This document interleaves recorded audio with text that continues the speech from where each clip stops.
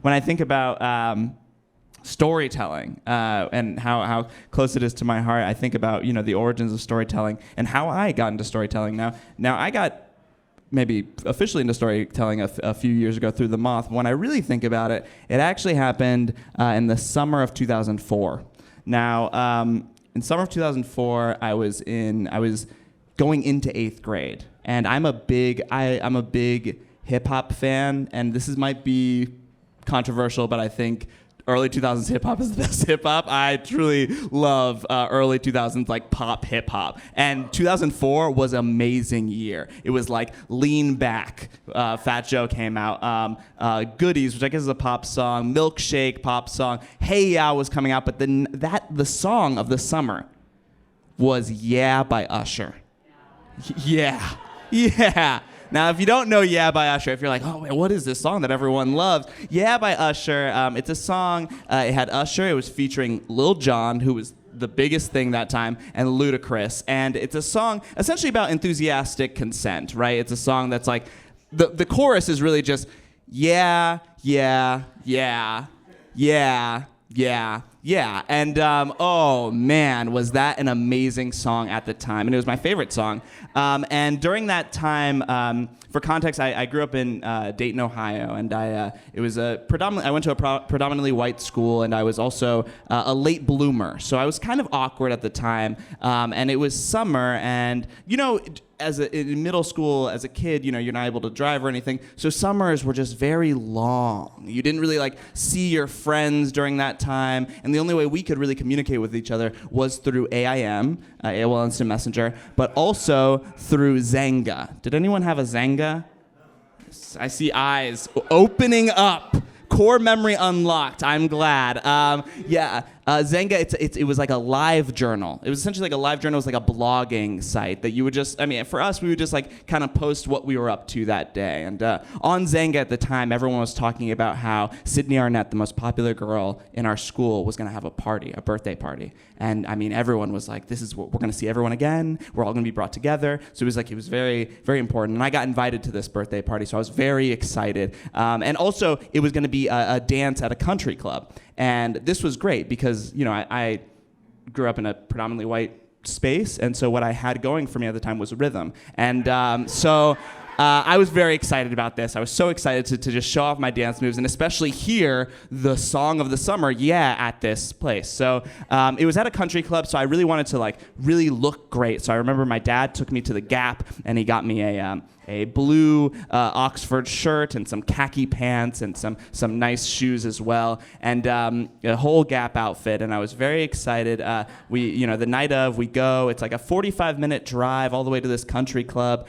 and I arrive. I'm in my outfit. I feel so good. And as I walk in, I see Sydney's mom, which at the time, the year before was the release of Stacy's mom. So there was kind of this thing about girls' moms, and I remember, everyone joking oh, did you get a hug from Sydney's mom? I didn't at the time, but I was like, by the time I leave, I'm getting a hug from Sydney's mom. And so I walk in, and I realize immediately that I'm out of place because I see Sydney is, I'm dressed in my Oxford shirt, my khaki pants. She's wearing ripped Abercrombie jeans and a white shirt that just says censored across her chest. A 7th grader, an edgy 7th grader. So I'm like, okay, immediately I'm out of place. And my two friends, Chris and Billy, they're in their Air Force Ones and some jerseys. And I was like, wow, no one gave me the memo. I look like someone who works there, or I look like one of their parents. So immediately I'm like, okay, this isn't going well. I'm feeling a little nervous. I go to where the food is, and I just kind of just keep eating. I eat these chicken tenders that were amazing, but I was just kind of nervously eating them and eating them quite fast. And at some point, I was eating them so fast that I got pretty gassy, which in middle school, I don't know if you've been around middle schoolers, but they have no chill when it comes to passing gas. No. Immediately they want to know who dealt it. So I'm in a panic once I realize that I need to fart, and but I don't know really what to do. And songs have been going on, Goodies played. Hey, I missed all these great songs, and then the DJ over the mic goes, And folks, here's the song of the summer, Usher's Yeah. And I was like, oh shit, right? Like, cause it's my song, I have to go onto the dance floor. So my brilliant idea at the time was to do what they would call, and I think they still call it, but at the time they'd call crop dusting. Now, if you don't know what crop dusting is when you fart a little bit over here and over here and over here, so no one knows who dealt it. It's kind of like you blame it on everyone. A very, like, you know, you share it. It's like communist fart. And so I thought, okay, great, I'm gonna do that. So I went out to the song Usher's playing, Usher Yeah playing. I'm going in, and you know, I'm like doing my moves. I'm like popping and locking, emphasis on popping, and I'm like out here dancing and fart a little bit here, fart a little bit here, and then I, instead of farting, shit myself. Yeah. More like no. And so I went straight to the bathroom. It was like instinctual. Like immediately I felt it happen. I was like, I'm out. And so I just walked straight to the bathroom. And I go into the bathroom. I'm panicking. I like immediately like throw my underwear away. I call my parents, and they're like, "Hey, honey, how's the party?" And I was like, "I pooped myself." And and they're like, "Oh, okay." I'm like, "Can you be here as soon as possible?" And they're like, "Well, you know, we'll be there in like 45 minutes." And I was like, 45 minutes? The party ends in 45 minutes. So you guys are just gonna be here when everyone's leaving. And so I'm panicking, and you know, I have to do this thing where like I have to like go from the stall to the sink and like kind of like get soap to like wash myself and go back, and like with my pants. It was very embarrassing. No one caught me in that, but I forgot to mention that Sydney was dating, she was so cool that she was dating a high schooler at the time, Kyle, who was in 9th grade, and Kyle walks in, and he immediately just goes, "Oh, what smells like shit?" And I'm like, "Oh, I'm sorry, I vomited," but he doesn't listen to me, he just leaves, and I'm like, okay, well, now everyone's gonna know about this. And at some point, my friend Chris comes in, and he's like, "Oh, what smells like shit?" And I'm like, "Oh, Chris, you can help me out." He leaves, and so I'm really just having to deal with this on my own. And you know, I clean up as best as I can. I stay like in there the whole time, so which is suspicious, until the end of the party. Like 45 minutes go by, the party ends. Everyone's saying their goodbyes. Sydney's mom's there. She offers to hug me. I stick my butt out and hug her and get the hug that I wanted, but not in that fashion. And my parents are there. They pick me up, and I'm in the car. And it's silent in the car. No words. No one has any words. But you know when you can hear someone smile?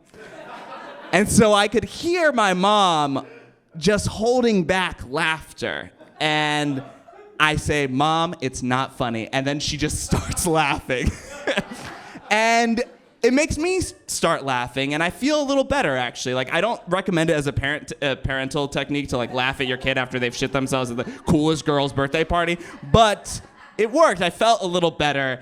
But then when I got home, I remembered like, oh, everyone is now talking about me shitting myself at Sydney's party. Like, it's like a month away from school to start. I'm gonna start 8th grade with everyone just remembering the fact that I shat myself. And so I need to control the narrative.